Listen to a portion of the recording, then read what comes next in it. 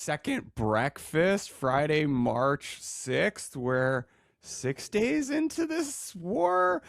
We have Frank Kendall on, who served as the 26th Secretary of the Air Force from 2021 to 2025. Brian has joined us. So we're going to have a full house today alongside Justin and Eric.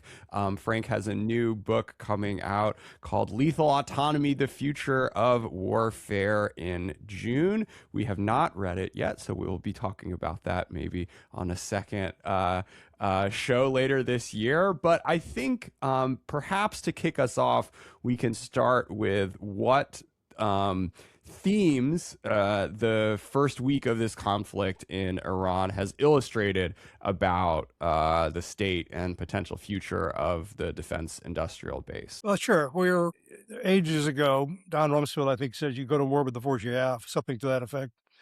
That's generally the case. You stockpile ahead of time. If you're in a long conflict, of course, you can order things. Ukraine has been dealing with a situation where they've had to adopt to very significant changes in warfare very quickly. So basically, the situation we have is we have a force that's spread around the world that's very large, has an enormous amount of capability, but it does have finite stocks of some things. The war has gone pretty much as I would have expected. We achieved some degree of surprise. We were able to take out a lot of the higher value targets, including, of course, the leadership immediately. And in the first few days, I think we prosecuted targets that were generally fixed targets that we knew about ahead of time and could plan for ahead of time. We're moving into a very different phase right now. The leadership has been alerted. The country's been alerted. They've distributed their assets as much as they can. Some of them are hardened. Some of them are just concealed. There may be decoys out there. So we're now in a more difficult phase where we're going to be focusing more on tactical targets. There's an open question in my mind as to how much we should or will go after economic targets, things that are part of the infrastructure. Looks like we're doing some of that now too. We're certainly going after industrial base that supports their military, and we can support all of this. The things that we would worry a little bit about the quantities of are, first of all, the precision longer range standoff munitions, which are pretty expensive. They're pretty exquisite devices, very specialized, built by our industrial primes that have a lot of experience doing exactly that kind of a product, because that's what we've demanded of them. As we get into this, using those against, a target you think is a truck might be carrying a missile or an individual shelter, it gets kind of expensive. So you want to shift to the shorter range, less sophisticated, and much less expensive weapons like JDAM, the Joint Air Munition. I can't remember what the acronym is. Anyway, it's a GPS-guided bomb. We have a lot of those, and they're relatively cheap. So we can keep this up for quite a long time, but the target set's now distributed in much less items of high value. If we have great intelligence, we may be able to find out where some of the leadership is and still go after that. But we're going to be dependent upon really good intelligence to be able to do that. So anyway, we're now in a situation which could endure. It depends a lot on what the political situation is in Iran and how prepared they are to cut a deal that Donald Trump will accept. My guess is he would accept a deal that basically he can state at least meet some of his objectives. He does not want a long war here. He campaigned on not getting us into or having long wars. So that's sort of both sides, I think, are highly motivated to bring this to an end. But the Iranians can keep this going for a while if they choose to. There could also, of course, be a popular uprising, and we could have an issue there. So I don't see our industrial base having a big problem with that. The president's going to have a meeting with CEOs, I think, today, as a matter of fact, and he'll encourage them to go faster. There's only so much they can do. Some of the newer entrants have claimed a lot of flexibility and ability to do things very agilely. I don't think that's on the kind of time scale we're talking about here. We're talking about months at least. And for the major, more sophisticated weapons, it's a couple of years lead time. For less expensive ones, you could cut that down to a few months probably. Assuming the supply chain can support you. It's not just the primes, of course. It's all the things that go into a weapon that have to be built and assembled to put it together. So that's a real quick rundown of the situation as I see it right now. Yeah, Frank, before we hover back over the defense industrial base component, because I think this is where we're going to get our principal revelations. As somebody who's thought about strategic air power and has been in the corridors of power and understands how policymakers think through this. What's your best assessment about why the Iranians were surprised? That the armada was coiled. The president was talking about it for weeks. Yeah, surprise has degrees, right? They were not entirely surprised, but they were not. They were still in negotiations, and people I've talked to in the Middle East who worked with the Iranians, they're very tough negotiators. Nobody likes to negotiate with the Iranians for some reason, but they were in negotiations. I don't think they've been given a clear indication that we were ready to go. I think we moved very quickly. I think some of the signs that they would have expected to see, particularly evacuation of people, there was a little bit of that, more voluntary than anything else. And some of the other things that are indications and warning, is the phrase we use, that an event's about to happen, we probably didn't provide them because we haven't done them. We were not as ready to do this as we have been for some other operations. And you can see that in some of the, I think there was an expectation that this would be a very quick decapitation attack, be a little bit like Venezuela. Somebody would emerge to talk to us and agree to a ceasefire and give us what we wanted. And that hasn't happened, right? So we weren't ready either in some ways for what's developing here. And the Iranians, they brought their leadership all together and provided a very lucrative target. And I think that was the catalyst that encouraged apparently Israel to convince the president that now was the time to go do this. And he went along with that. So I think they had some indications. Some of the targets they can't do much about. They're naval assets, for example. I mean, these are ships in port generally, even if they go into the Gulf or someplace, they're vulnerable. Installations in general can be hit. So they hadn't done the things you would do if they'd had more tactical warning, disperse their forces, for example. Now they're pretty constantly in a posture that's somewhat ready for war. And I think the reason we're seeing continued attacks coming out is that they didn't have everything on bases for us to target. They had a lot of stuff already in a sort of a fighting posture. And because of that, they're able to maintain this, relatively continuous, up until now at least, series of attacks on the U.S. bases and on their neighbors and on Israel. I want to come back to the idea you just put forward of going from more strategic to tactical targets because you've run out of the good stuff or the most juicy stuff to blow up. Yeah. And okay, so say we get to a point where all the missile launches are gone and they're not really, we're in a happy place 2 weeks from now where you don't have any, the drone threat is pretty much gone. You get 2 ballistic missiles going off a day. And then what?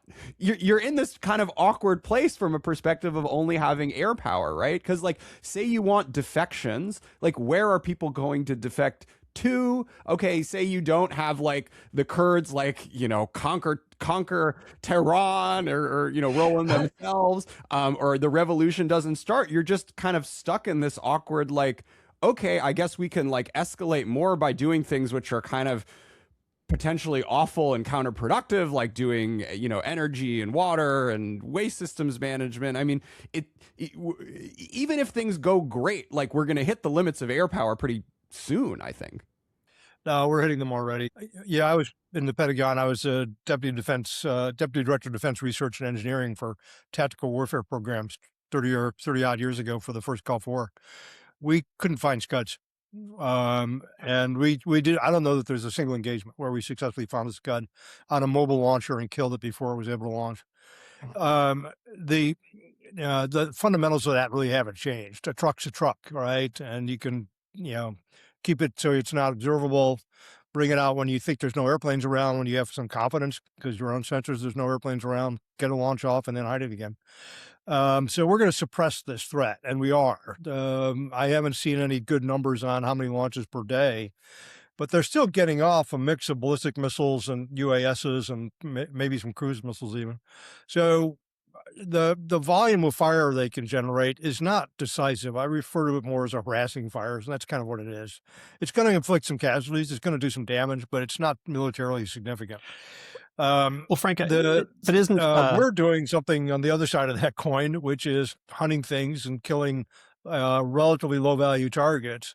That's not necessarily going to break the backs of the Iranian military. So the economy, on the other hand, we can bring their economy down pretty effectively. We can stop some of the services that you talked about Internet's off, I think, already. I'm not sure where power is in general, transportation networks, things like that.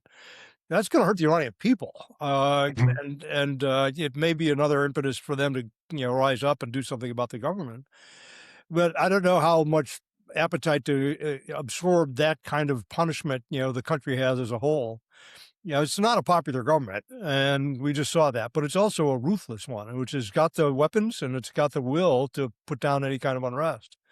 So that's all very, very difficult to predict. The other side of the coin is hard to predict too, because nobody in the Persian Gulf right now is enjoying the fact that weapons are coming into their country and attacking them.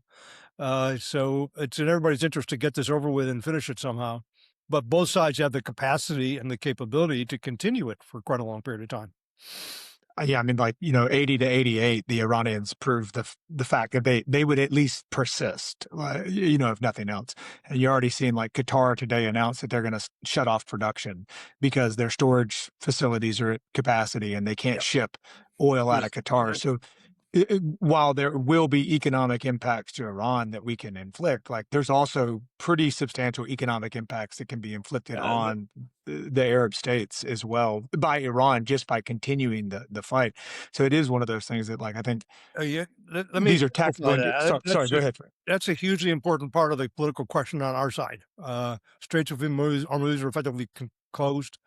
Production's going down in general. The gas prices are going to go up very quickly. That's a pretty responsive market when things change. Mm-hmm. And Donald Trump is, campaigned on gas prices and just bragging about them. So you better be careful about what he says here on this. That will put a lot of pressure on our administration to bring this to an end as well. So now Brian, we're going to shift we're going to do 45 minutes on political risk insurance from the Development Finance Corporation and talk about how we're going to be the global underwriter of every hull in the Straits of Hormuz. But in all seriousness, Brian, it's a good business. You want to Yeah, it's a good business if you get into it. I was just going to make the point that Justin made, is that they don't need to have very many launchers come out and periodically attack ships in the Persian Gulf or the Strait of Hormuz to basically close it off for all practical purposes. And that turns into a very challenging scud hunt because there's a bunch of caves along the coastline. They bring stuff out and shoot, and we can go and attack the caves afterwards. But it's whack-a-mole all over again. So we now have to maintain some kind of continuous air coverage over the strait and the Gulf, and then we have to have ships probably escorting the tankers that are trying to make their way out, creating lots of juicy targets for the Iranians to engage. Because right now we don't have anything in the Persian Gulf to avoid giving them targets to shoot at. And that will change if we have to escort ships, which then drives the political calculus on our side. How many, because there will be ships that get hit, how many ship losses or ship damage are we willing to accept before we seek some kind of off-ramp with the Iranians? So it seems like both sides are in a race against time from an economic perspective rather than a military perspective. That's a good point. This is all political and economic now, more than military, I think. The idea that Israel talking about bombing the instruments of oppression seems to me to be a little far-fetched. I don't entirely know how blowing up various police precincts is going to stop a organization that was able to successfully, kill 30,000 people and put down a national protest. Is all that relevant here? Well, that's one of the hard things with the Iranian structure, right? So you have the military, their police force, you have the IRGC subset within the military, and then you have the Basij, which is that militia that can be called up. And the way the IRGC kind of insulates itself from the rest of the military, while the military and the national police are national and they move around, the IRGC specifically recruits in each province, and they have forces that are from that province. So even in the Kurdish areas, even in the Turkmen areas, even in the Baluch areas, there are people who are from those areas that are members of the IRGC that operate in those areas that are relatively loyal to the regime because of the history of support that they've received from them. That does actually make it hard and different from the Sunni Shia Kurdish dynamic that existed in Iran or in Iraq. And I think Iran actually learned a lot of lessons from that and watched the way that Iraq did it poorly and their regime intentionally tried to make sure they were more integrated into all of those outlying communities, because there's really like 7 ethnicities within Iran. Um, and yet they've always been able to some degree, hold them together, um, in part because they made them all kind of part of the state. The IRGC is an economic tool as well. I mean, they run a lot of businesses. So staying in the IRGC is basically how you stay employed and how you can make money and employ your friends and family. So it creates this sort of flywheel where it's not just being recruited for the ideology, but you're being recruited because that's the business in town. Yeah, absolutely. Jordan, to your earlier point about how do you engage the instruments of oppression, there's initial reporting, I can't confirm it, I haven't spent that much time over it, of the Israeli Air Force deliberately going over and striking concentrations of special police units and besieged militia. That we sort of opened our conversation this morning by the shift from the strategic targets of ballistic missile infrastructure or nuclear or chemical weapons facilities and moving down the target list to more tactical objectives. But now there are indicators that the segments of the Iranian state structure that killed 30,000 protesters in the last 90 days are now being hunted as well. I think that's an interesting approach. What I'm thinking about is how long and how much effort Israel had to put into Gaza and never completely defeated Hamas. As soon as you start doing attacks like that, those buildings are all going to be empty. You've got to go find the people and figure out where they are at that point. When survival is the issue, people are very creative. They're not going to present targets unless they have, if they can help it. So, again, it's a little bit like what I said earlier about transition to much more tactical targets. As soon as you reveal what you're going to be coming after, that's going to be mitigated very quickly by the adversary. I mean, like, I think I saw a report yesterday that said something like the Majtaba Khamenei is the heir apparent. That's the ex Ayatollah's son, which obviously he doesn't have any of the requirements to be the Ayatollah, but whatever, nobody cares anymore because they've already done it once, so why not do it again?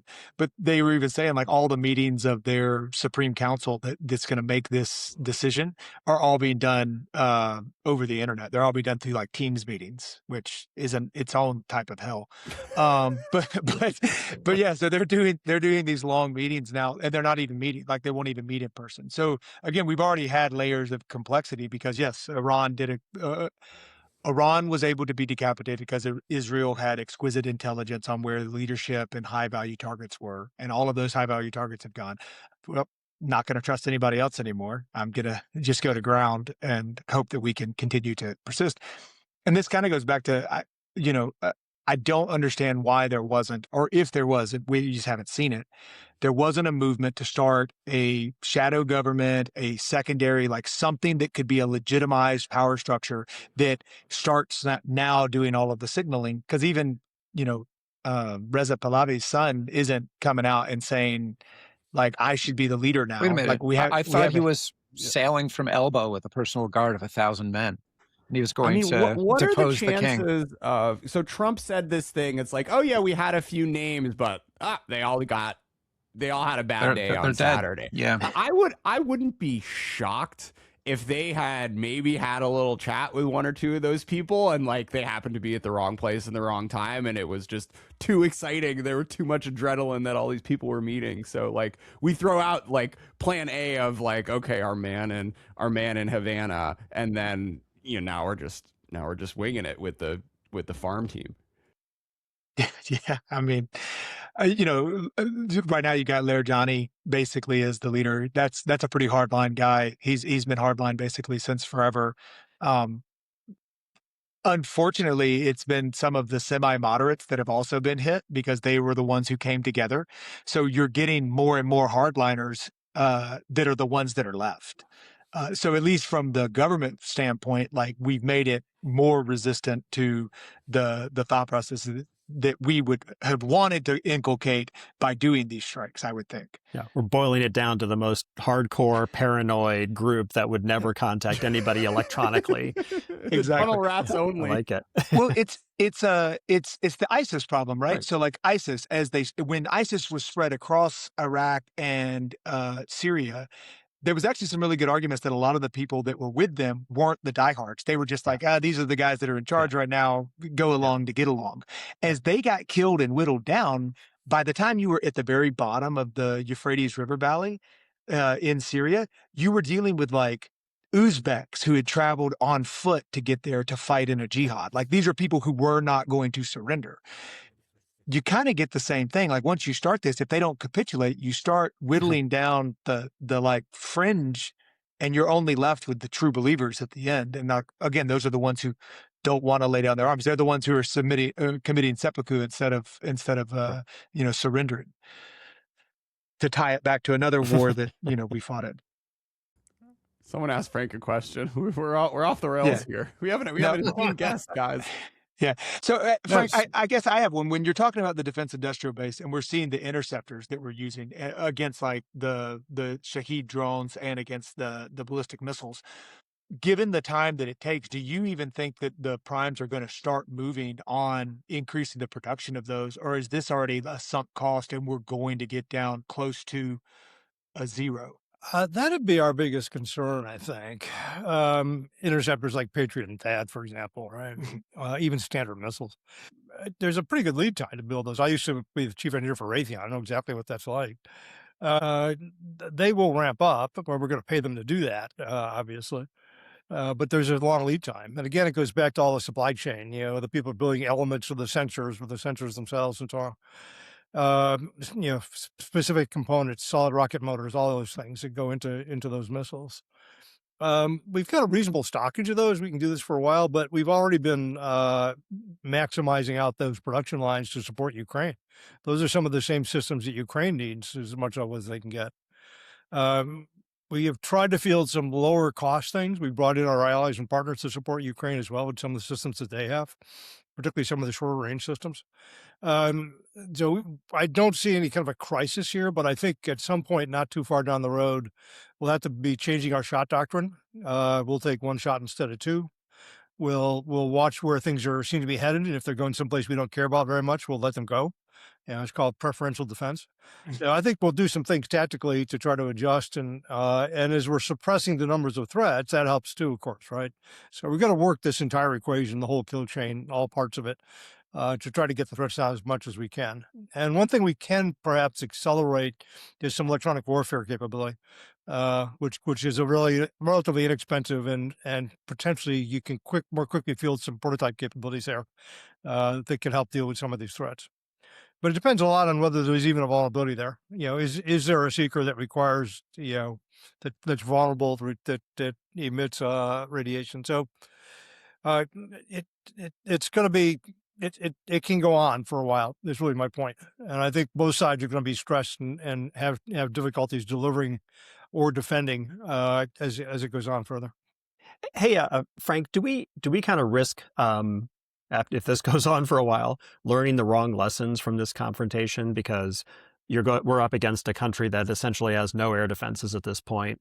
They lack really any industrial base to build anything new. So we're not dealing with an adaptive enemy, right? So unlike Ukraine, where you see changes happening on the battlefield daily, if not weekly, here we're just going to continue to pound them with the same old stuff we've always pounded people with. And the takeaway could be, well, we just need to build up more mass. We need to build up a larger stockpile of the same old stuff, including our precision munition or tomahawks and stuff, our preferred munitions. And then we go up against China, and then they've got countermeasures and they adapt. And now we build up a stockpile of stuff that it turns out, like Excalibur, to be obsolescent. A great point, Ryan. I have watched over the last 20 or 30 years the U.S. try to focus on the Pacific multiple times, and every single time we get pulled into the Middle East and some mess in the Middle East. There's more violence there ongoing, year after year than anywhere else in the world. We also, of course, have in Ukraine, which has been an aberration, right? It's the first time Russia's invaded anybody since Afghanistan. Um, you're right. We talk a lot about our combat experience. It's largely been counterterrorism and things like this. We can put together an air package. We did this 30 some years ago. We can do it very well. We can go in and service all the fixed targets that we can identify that we think matter. That's not the China problem. The China problem is a fleet and an air force, basically, that's supporting it, and a lot of long-range rockets coming out of China, coming against our bases, coming against our adversaries, and a much, much more formidable air-to-air set of capabilities than Iran or anybody else has, quite frankly. So no, this is another diversion. It is another type of conflict, which we're very good at. We have an enormous amount of capability to do this sort of thing, but it's not the fight we can expect in the future. And we're waging it, interestingly, the F-35 is very much an element here and so on. But most of the forces we're employing are the types of forces we've had forever. The point of my book that was mentioned earlier is that we're moving to an age in which automated forces, automated weapon systems are going to be the norm. And we've got to, we're kind of in a race with China to make that transition as quickly as we can.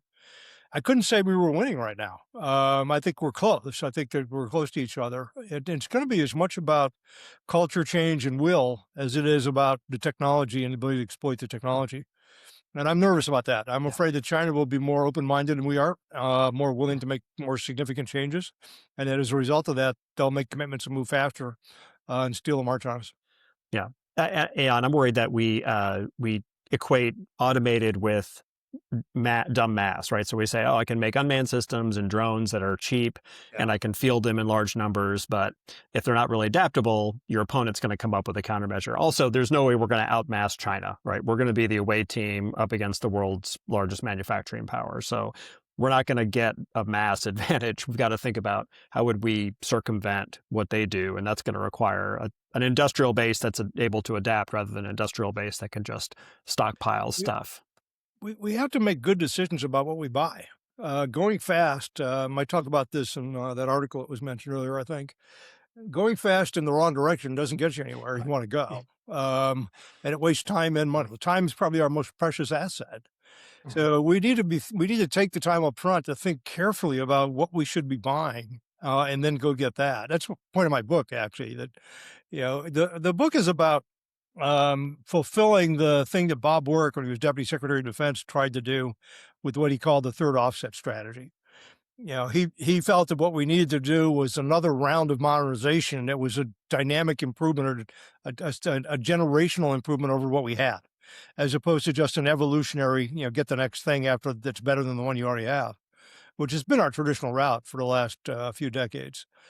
When I worked with Bob on that, we never finished the job. He basically came out and said, it's going to be about robots. It's going to be about robotics. And I said, well, that's fine, but that doesn't tell you what to build. It just gives you an idea. Robots to do what? Yeah. The team that he had working on it with him, myself, Steve Welby, Assistant Secretary for Engineering, Arthi Prabhakar from DARPA, Craig Fields, Defense Science Board, and Jimmy McStravick from my acquisition office, came up with a formulation that was range, quantity at cost, and autonomy. It was that mix of things, right? The ability to operate from further away, field things that weren't exquisitely expensive that you can only afford in small numbers, and introduce automation.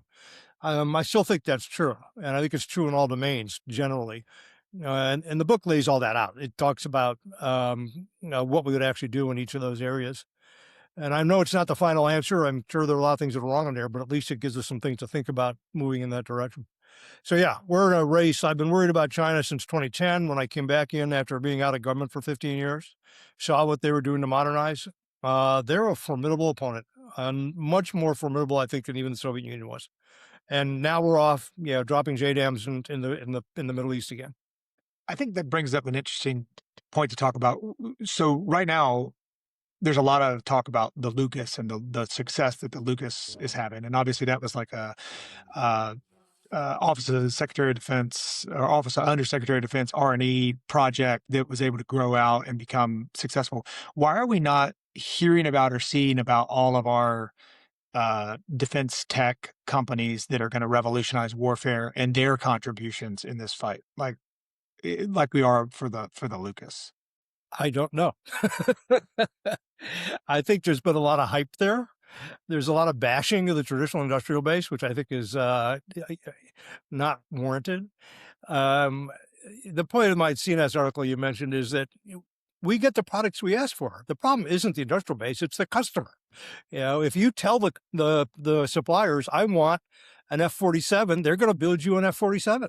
If you tell them you want a CCA, they're going to build that. They can build different kinds of products. You just got to tell them what they want. It's not like the commercial world where the industry comes up with products on their own and says, hey, do you want one of these? It doesn't work that way. And the bottom line is if we want things that are cheaper, simpler, and easier to build, we've got to demand that. We've got to tell people exactly what we want. Some of the companies have been out building their own prototypes with the idea that I'll build it and you'll see how wonderful it is and then you'll buy it. That has not worked very well so far. And it's not the first time. I used to do some venture capital work in this area where you'd have what you thought was a great interesting thing operationally, and it never made it on the priority list. The reality is the services, and I've done this from both the Secretary of Defense's office and from the Department of the Air Force, they don't have enough money for the things they already know they want. And they've got a long list of unfunded priorities that they'd love to have money for. So buying something that's not even on that list is hard. Getting them to do that is really hard. If we want a substantial advantage, now through the Cold War, we were looking for a significant technical lead over anything the Soviets put out. So we kept building better and better versions, essentially, of the things we were already building for the most part. The biggest revolution was the introduction of precision munitions, stealth, network forces, wide area surveillance sensors that were in the first assault breaker thing that DARPA did, and they were in the follow-on forces attack basket of programs that I managed at one point for the Pentagon. And that's what we brought into Desert Storm. That was the second offset strategy demonstrating its capabilities, right? So that's 30 plus years ago. That's a long time. There's been a lot of technology development since then. And while people are moving in the direction of embracing some degree of autonomy, pushed upon us in part by what we saw first with ISIS and then more so in the Ukraine and Nagorno-Karabakh, moving forward, but not letting go of the things that we already have. So we got to do a lot of deep thinking, quite frankly, about what we should do next. We got to be very smart about what we buy. We probably ought to hide it from China for a while so they don't know what we're doing. And get onto the technologies that are largely coming out of the commercial world. So Frank, they're available to everybody. Can I push back on that a little bit? So if these technologies are coming out of the commercial world, that means they're pretty well available to everybody. So if we're going to try to get a game-changing advantage over an opponent using technology that is largely available to everybody, it seems like it's a recipe for falling behind. So do we need to think instead about creating an industrial base and a military that is able to adapt and kind of like what we see in Ukraine with the counter-move competition that's happening, rather than trying to come up with that next leap forward?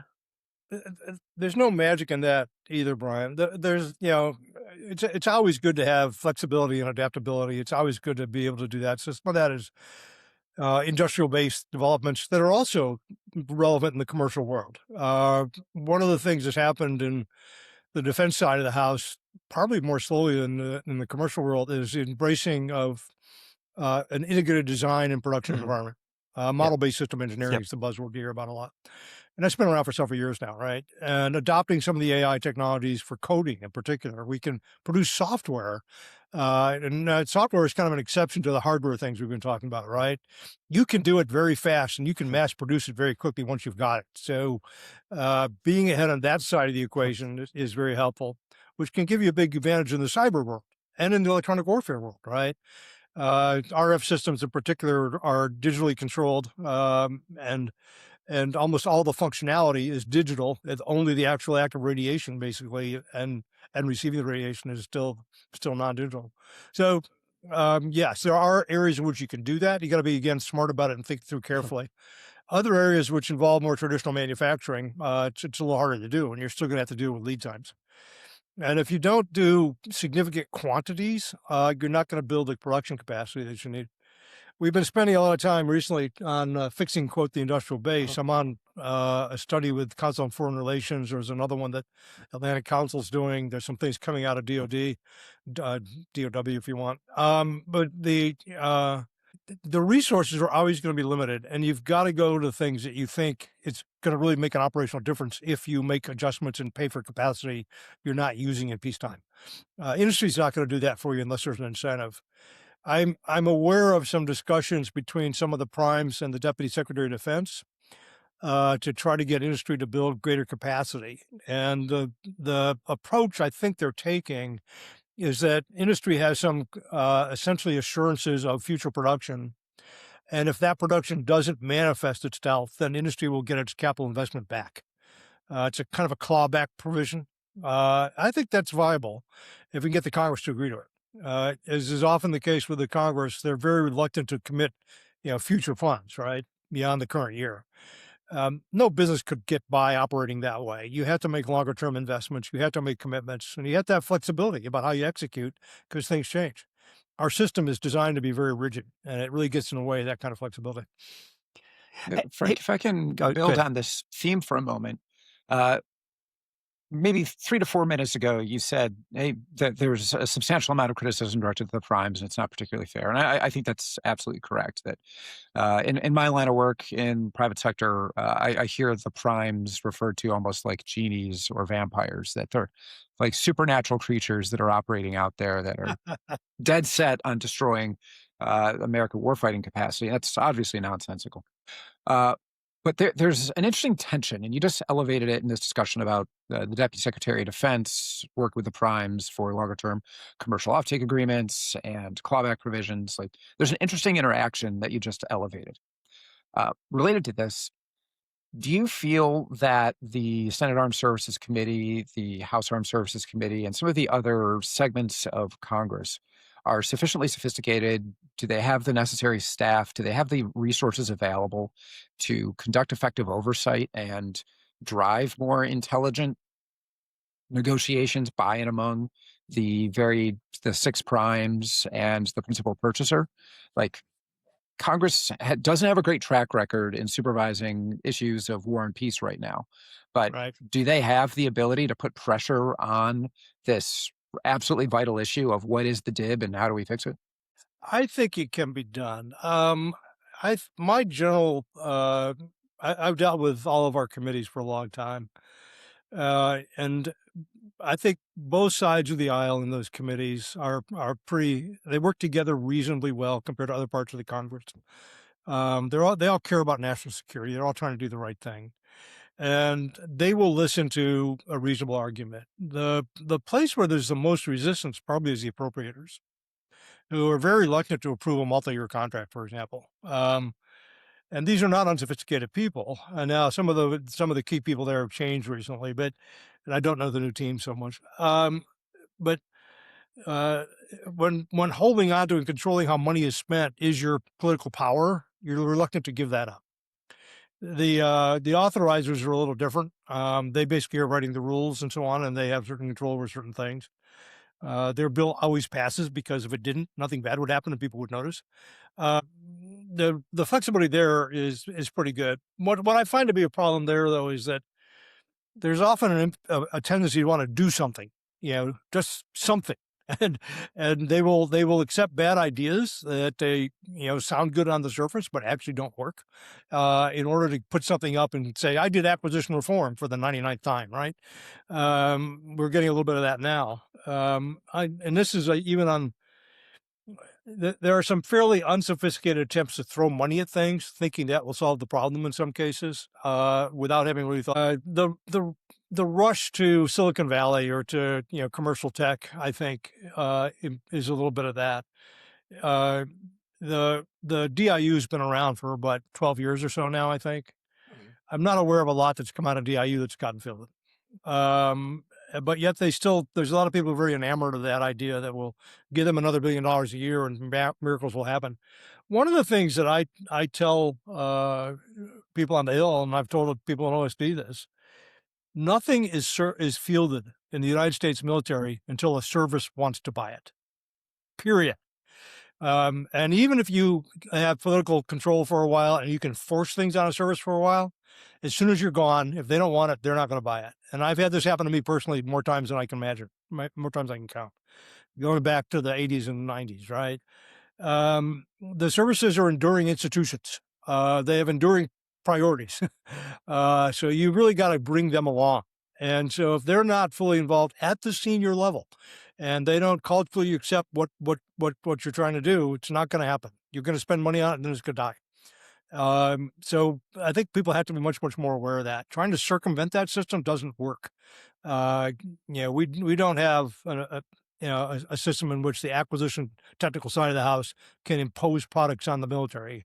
And I think rightfully so. I think what you need to do is grow officers who appreciate technology and are open-minded about how it can contribute to warfighting, and then have a partnership.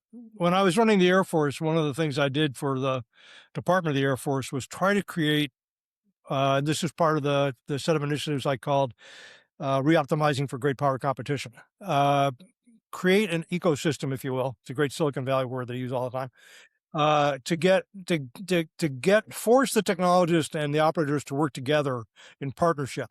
Force the analyst into the room so they could do the operational analysis of different options and lay out the data that would help people decide whether it was the right idea to do something or not, a good idea.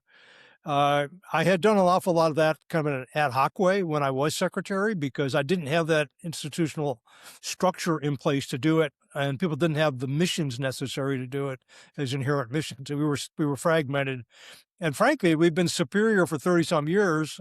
We had assumed dominance ever since the first Gulf War, and I was watching it slip away as China modernized very effectively and very aggressively. So some of that is endured, some of it is not. The cultural norms reasserted themselves after I left.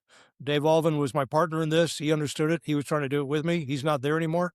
And instead of forming a command that would be the centerpiece of what I just described, they're devolving back to the 4 stars who control global strike, mobility, and fighters being back in charge of their empires, basically, which is unfortunate. Unless you look at things as an integrated whole, I don't think you're going to get the best solutions. Space Force is a little bit different. Space Force is very small. They can have their operators and their requirers work together very, very closely in a single organization. That's what we're headed for there. They can accomplish it. Both services can accomplish this almost independent of organizational structure. If you do things, you can facilitate it, you can make it easier, you can make it part of the culture more. But leadership matters far more than organizational structure does. Frank, when you were looking at those changes, like how much of that is actually a joint discussion? And the for instance I'll give is the A-10 being replaced by the F-35 as a CAS platform. Obviously, the Army was largely against the loss of the A-10, just given one, its usefulness, but then also like its capability as a CAS platform. How does that interplay and that friction also come to a head when you're having these discussions about modernization? It's a lot. We could spend an hour on this. I've been doing this since 1986, right? And I was always an advocate for innovation, advocate for new ideas, new concepts of operation, as well as new technologies and so on. When in 1986, the year I walked into the Pentagon as a brand new young SES, Goldwater, Nichols, and Packard commissions recommendations were adopted, and we formed the Undersecretary for Acquisition, which some 30 odd years later I got to do. We formed the JROC, the Joint Resources Council, Operational Council, I guess. And the deal was that the acquisition professionals, the civilians largely, would be in charge of how we bought things, how we structured programs, et cetera, and program management, and that the operators would be in charge of requirements. And so that was the deal done basically under Goldwater Nichols. The JROC, for all of my experience with it, and a lot of people tried very hard to make it effective, was largely a collection of people from the different services there to defend their services thing. It's a committee of people who are in the room, not to figure out the best answer, but to make sure that something doesn't bad happen to their service. And essentially all those services agree with each other's requirements all the time, and they always did. And so we started out with a fairly short process to do that. And after, 10 or 15 years or so, it became a year and a half. And so people had to go through this enormous bureaucracy to get approval of a requirement that was going to be approved no matter what. What they did in reaction to that was back up their decision making. You have to wait for money, program generally. So you have to put it in the budget and then you have to wait for it. So while you're waiting for your money, you can also do your requirements process and get that out of the way and get your contracting ready. So the actual delay of all this wasn't too great, but the bureaucracy was enormous and there was a cost opposed with it. That's gone now, and I'm not sure what's going to replace it. But I do think that the joint staff should be focusing on things that have joint impact, that matter in the joint world. And it should have people who are independent of the services enough to look at them objectively without just trying to protect parochial service interest. This is an idea of some kind of a general staff. People who are joint, they start in a service and then at some point they transition and they become joint for life, if you will. And they're no longer, they're allowed now to think independently and to be more creative and more open-minded. That idea has never gotten any traction for reasons that are, I think pretty obvious. There's some analogy to the German General Staff of World War I, but I don't think that that's really a fair comparison. It's not what we're talking about here. So there's that piece of it. There needs to be an incredibly strong partnership between the technical creative people and the operational people. And that's the only way it's going to work. And I've seen it out of balance on both sides. There was a period after McNamara was secretary, way back in the era of Vietnam and beyond, where a guy who's really brilliant, one of my idols, Johnny Foster, ran R&E, research and engineering for DoD for quite a few years. And at that point, and this was just dying in 1986 as I came into the Pentagon, the Secretary of Defense's office had enormous power over what the services did in their budgets. Enormous. As a brand new SES, I could withhold money from all the programs in the Air Force and the Navy, mostly, that I was responsible for at the time, and the Army too. That went away pretty quickly. And it's moved back and forth a little bit, but by and large, the services do control what they buy, and over time they certainly do. We need to re-examine all that. I think I think Congress made a big mistake when it broke up AT&L, and I think that's generally perceived to be the case right now. You don't have a single person in charge of the entire life cycle of products and thinking about the planning for the entire life cycle from the beginning all the way through. So anyway, it's a long topic. We need stronger cooperation. We need stronger cooperation with industry as well. In the earlier days of my career, from about 1980 to 86, I was involved with the Army at that time as first an officer and then a civil servant. And it was during the Cold War, height of the Cold War. And if the Soviets did something that caught us by surprise, or if a problem came up that we had to address, we would get a room full of the smartest people we could find, and we didn't care where they came from. They'd be from industry, they'd be from national labs, they'd be from service laboratories, they'd be from operational commands, and you put those people with that mix of expertise in the room, the smartest people you could find, and you'd try to figure out what you should do and what options you should consider, and you'd analyze them. The ability to have those kinds of communications, that kind of open dialogue, has largely been pushed aside by the ethics rules. It's much harder to do that. People are nervous about talking to industry when we should be talking to industry all the time. They're nervous about exposing kind of what they're doing. There are FACA rules in place for advisory groups and so on. And we need to restore some of that level of cooperation, collaboration that we used to have. It really slows us down, and it doesn't help us get the good ideas as quickly as we can. And now with all the newer technologies coming in, the automation in particular, the various forms of AI, it's particularly important to bring that in because that's changing so dynamically. Even when we were just talking about things like, the internet and the virtues of the internet, what we could do with that. So anyway, we do need, I think, some fairly significant reforms, but they're not the types of things that people have been talking about. Redoing 5002 is not going to solve the problem.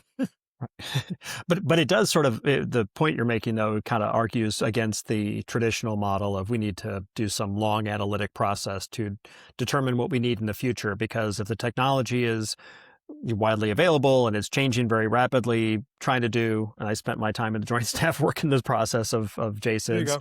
You can't, predicting what you need 15 or 20 years in the future doesn't make sense anymore.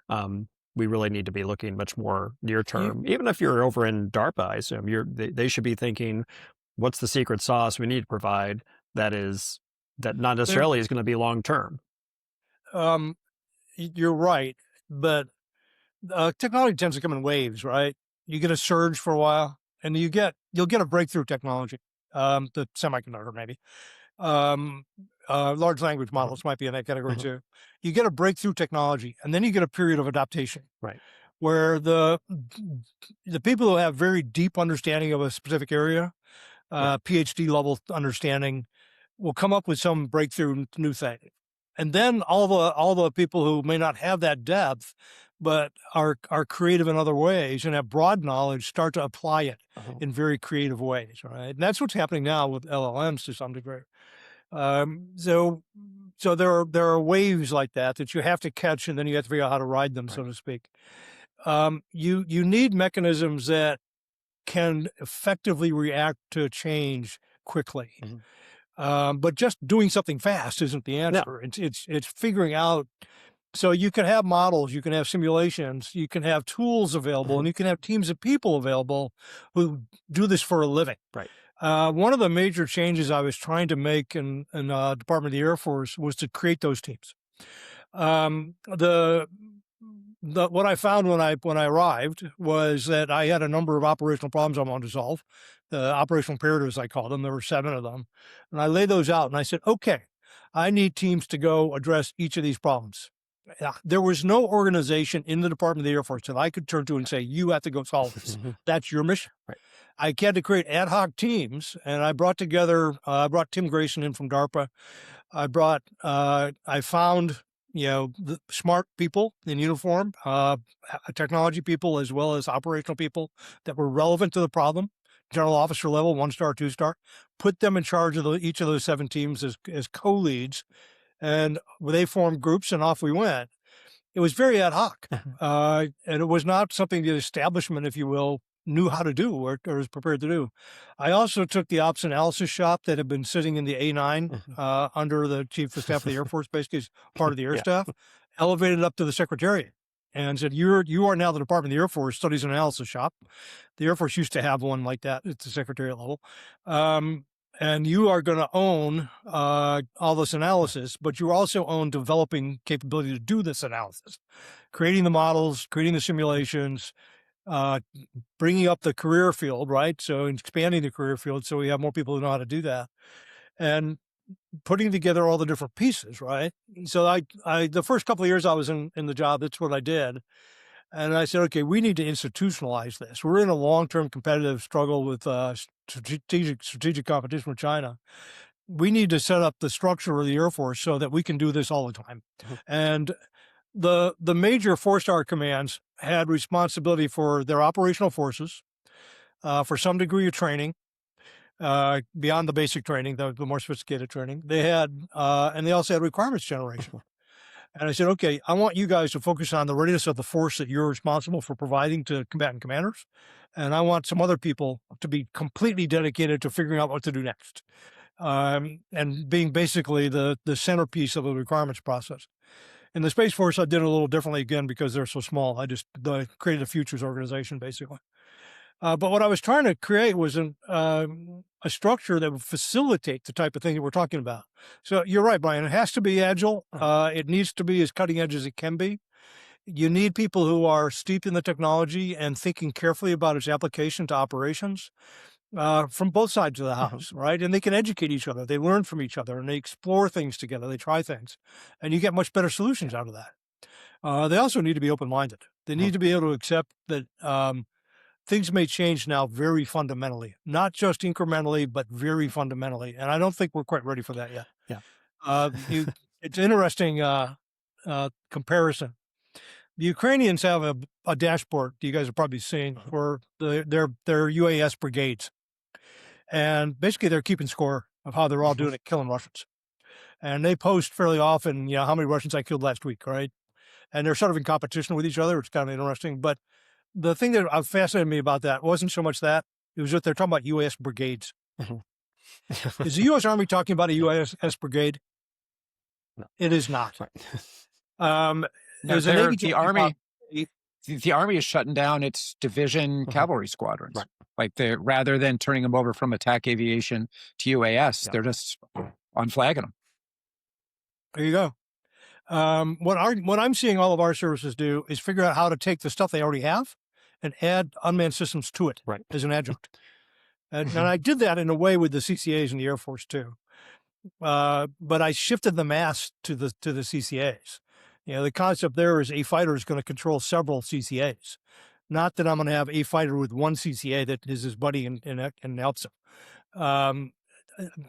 We're going to have to be, I think, again, much more open-minded about how significant change these new systems are going to enable and eventually require on the battlefield. But we're not there yet. Yeah, I think Frank, how much of an issue is like both with appropriators, with legislators, and within the leadership, the sunk cost fallacy? I've already started down this path. I have to keep going down this path. Yeah, a lot of the appropriators really hate change. They hate disruption, right? They like, I'm thinking of some in particular that may not be, I may be generalizing too much here, but they don't, what I think they don't like is to have to go back to the people they work for and say, this thing I got you to fund last year isn't going to happen now. We're doing something else. They really don't like to do that.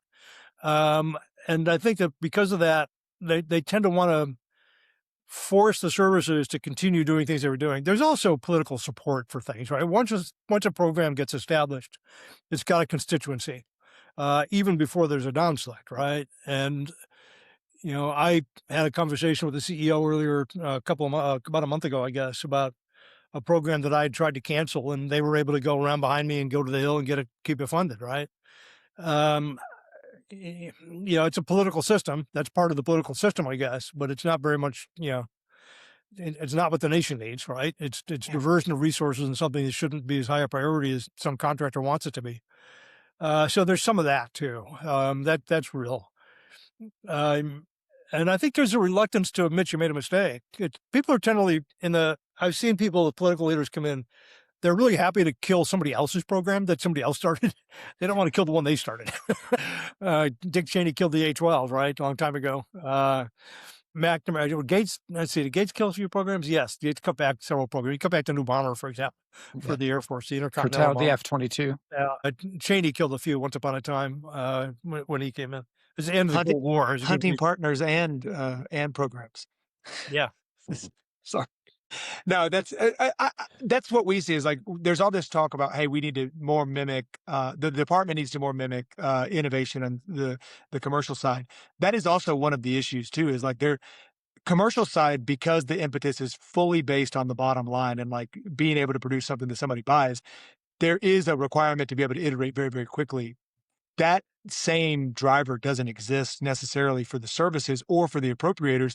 And without that market impetus, there has to be another driver. And I think to Brian's point, like that is, okay, you have to be willing to admit failure and set up some type of gauntlet that tests whatever this new thing is, short of war, to show that it actually can do the thing that it's supposed to, or else we cut the funding for it. And I don't know that exists either, because people don't want to run their stuff through that type of a gauntlet. Well, they've pretty well done away with the OSD reviews of new programs. Yeah. Things we used to do routinely, which I thought had a lot of benefit. And they were bureaucratic too. They could be. I was a staff member doing those from the staff view for a while, and later on as the primary on the acquisition side. One of my you're pointing to why we need good analysis. When I came back, I left in 94. I came back in 2010. And what shocked me, among other things, was the amount of the major decisions about new concepts, new designs, new programs we were making by the seat of our pants. A 4-star would say, I want that. And off we go. We'd spend billions of dollars. I was shocked to see that. I mean, it didn't mean we were going to go in a terrible direction, but we weren't necessarily going in the best direction.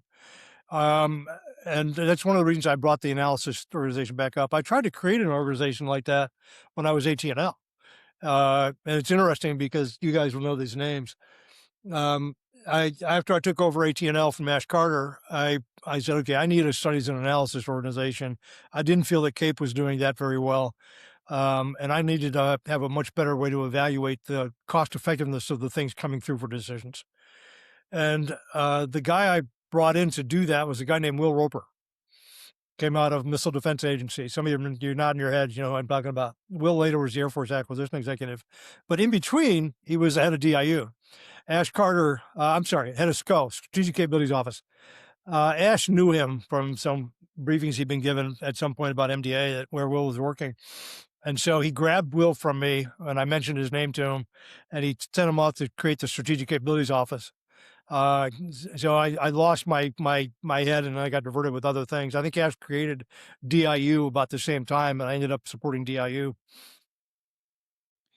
Frank, in the remaining moments, I recognize that we're at an hour, and thanks for spending so much time with us today. Now that you are, Yep, go ahead. You being out of government, but still connected via think tanks and academia and other professional associations, who do you consider credible to monitor technological change and how it affects warfare? To whom do you look to stay relevant? And can you share your insights, or is that a trade secret? I do go to a variety of sources. I have a few friends that I've been involved in forever and ever to talk to them individually. I mentioned Craig Fields earlier. He's probably the smartest human being I've ever met. He ran DARPA at one time. He ran the semiconductor organization for a while. The head of my science board for the Air Force, the Defense Scientific Advisory Board, the Air Force Scientific Advisory Board, Neil Sendell is another person I spend, when I have questions about AI, I usually ask him. And there are a lot of people I know that I talk to. Bill LaPlante and I stay in contact. Heidi Shue to some extent. There are a lot of people I read. And I've been paying attention to what some of the people in the AI world have been putting out. I thought Dario Amadei's paper that he put out recently was quite good, for example. I cited that, I think, in the piece I wrote for the New York Times about the Anthropic issues going on right now.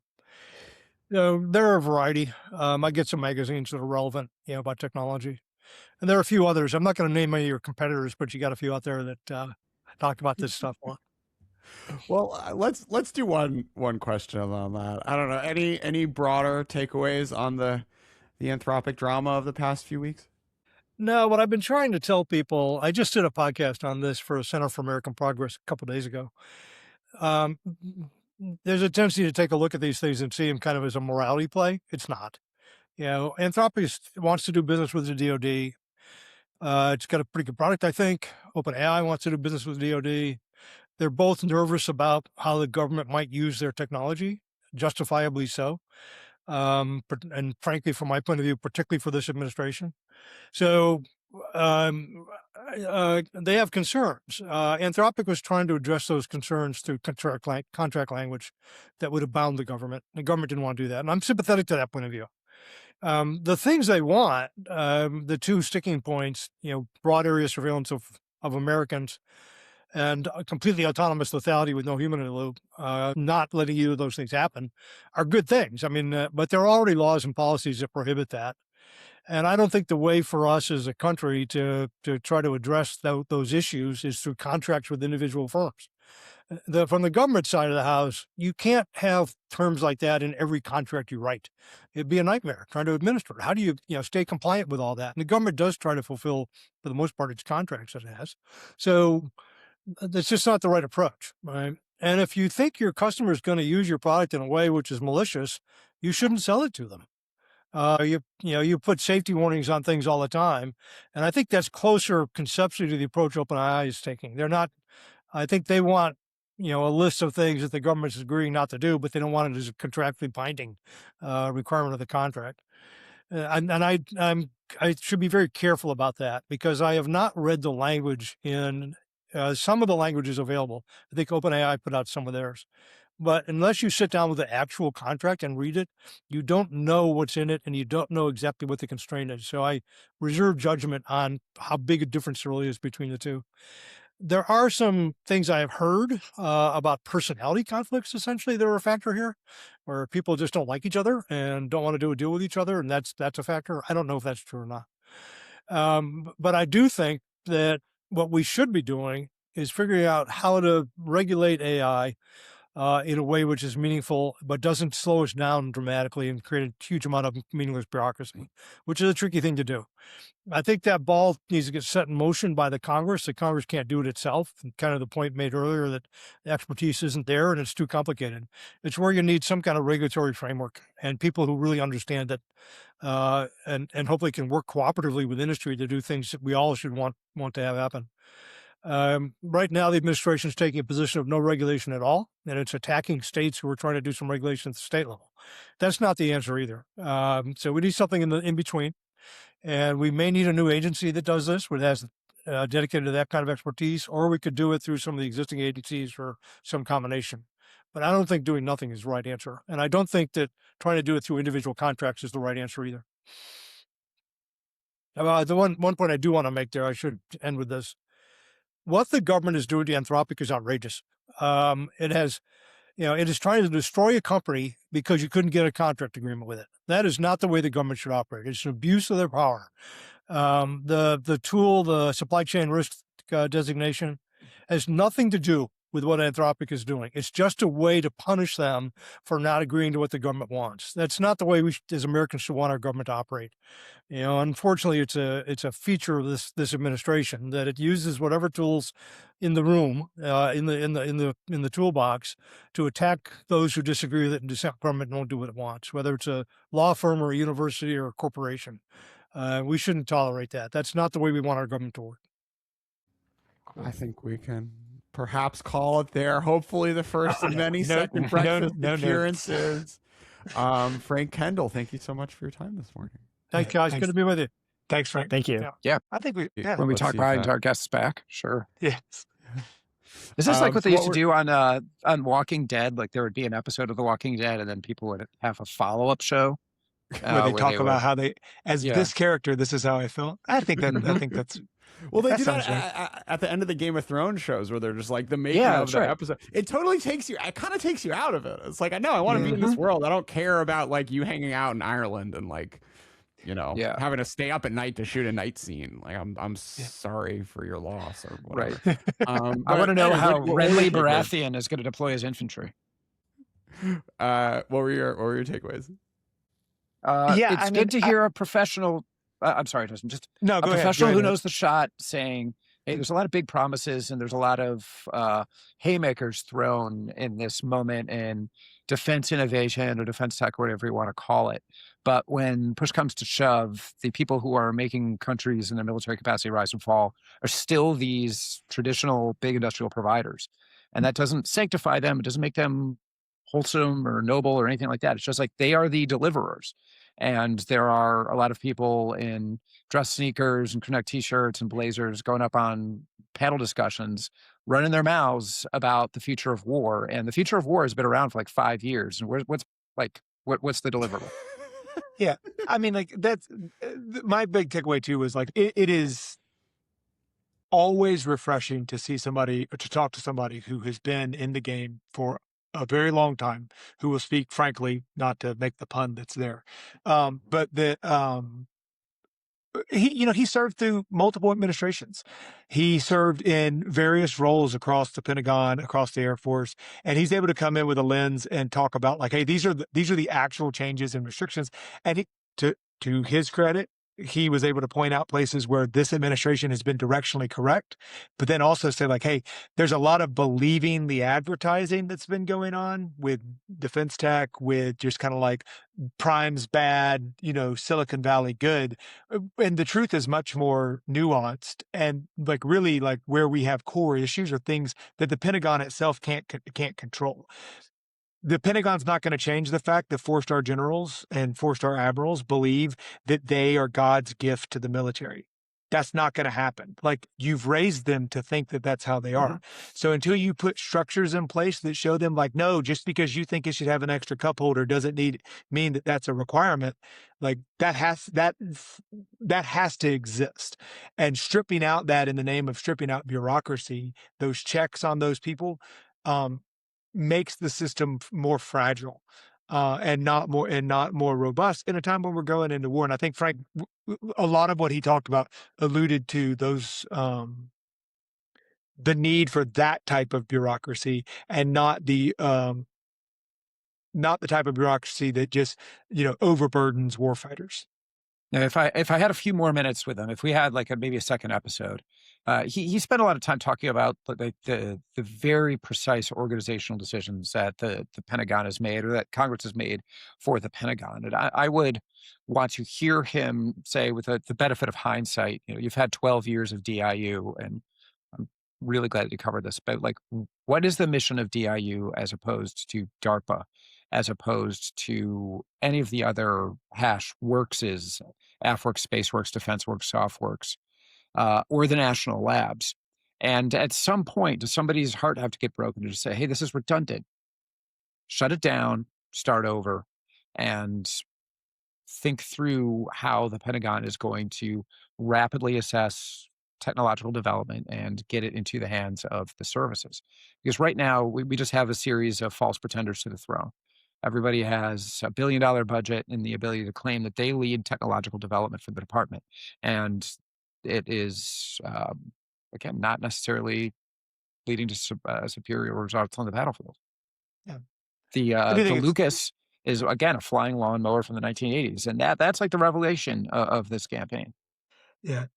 Yeah. I mean, like, I think that's right. And I think that, obviously I'd like to have Frank on again, because I think that just one, wealth of knowledge, but then also just, I think this is one of those discussions that's going to continue to grow, because the defense industrial base and the changes in the defense industrial base, especially if now, like, the administration saying this may go on till September, Iran may go on until September, like, that's some different calculus that's going to have to be going into what our defense industrial base looks like for, I feel like them pre-midterm. saying that is just Hegseth not wanting, is like, that's the stupid, like, timeline Obama era debate, and them kind of doing the reverse of that. I would not. Yep. Yeah. That's why they're also tap dancing around putting troops on the ground, because they have learned from a strategic communications perspective, you do not box yourself in.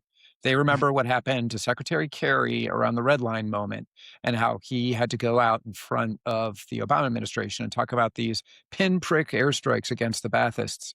And he looked ridiculous. The country looked foolish. The president looked indecisive. And above all, Pete Hegseth is a TV presenter. That is his job. He is an attempted charity manager, but he's really a TV pundit. It's like right out of V for Vendetta. He knows what the opposition faced because he helped shape it, and he has learned that lesson. All right. Yeah. Let's call it here.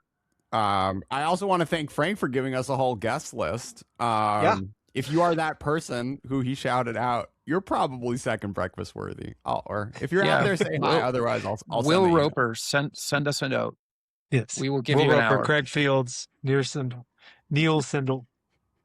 Expect cold emails from Jordan. All right. Bye, everyone. All right. Good morning.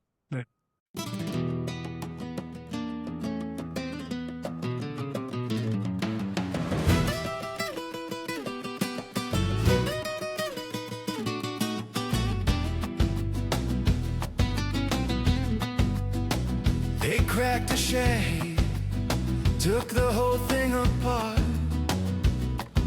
A lawnmower engine with an American heart.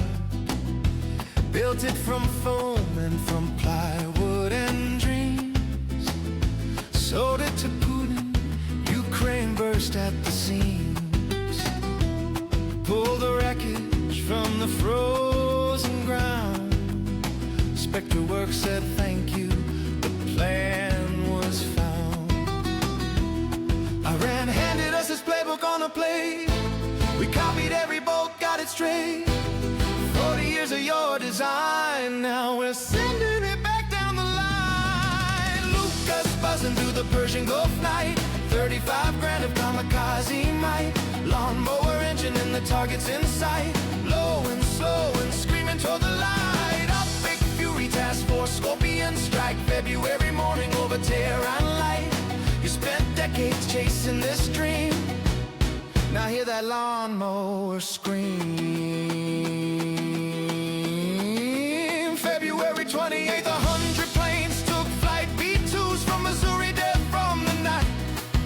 But tucked in the first wave, something else flew. The cheapest killer that Tehran ever knew. They hit Shahid Bagheri, the factory floor where thousands of Shahids rolled out before.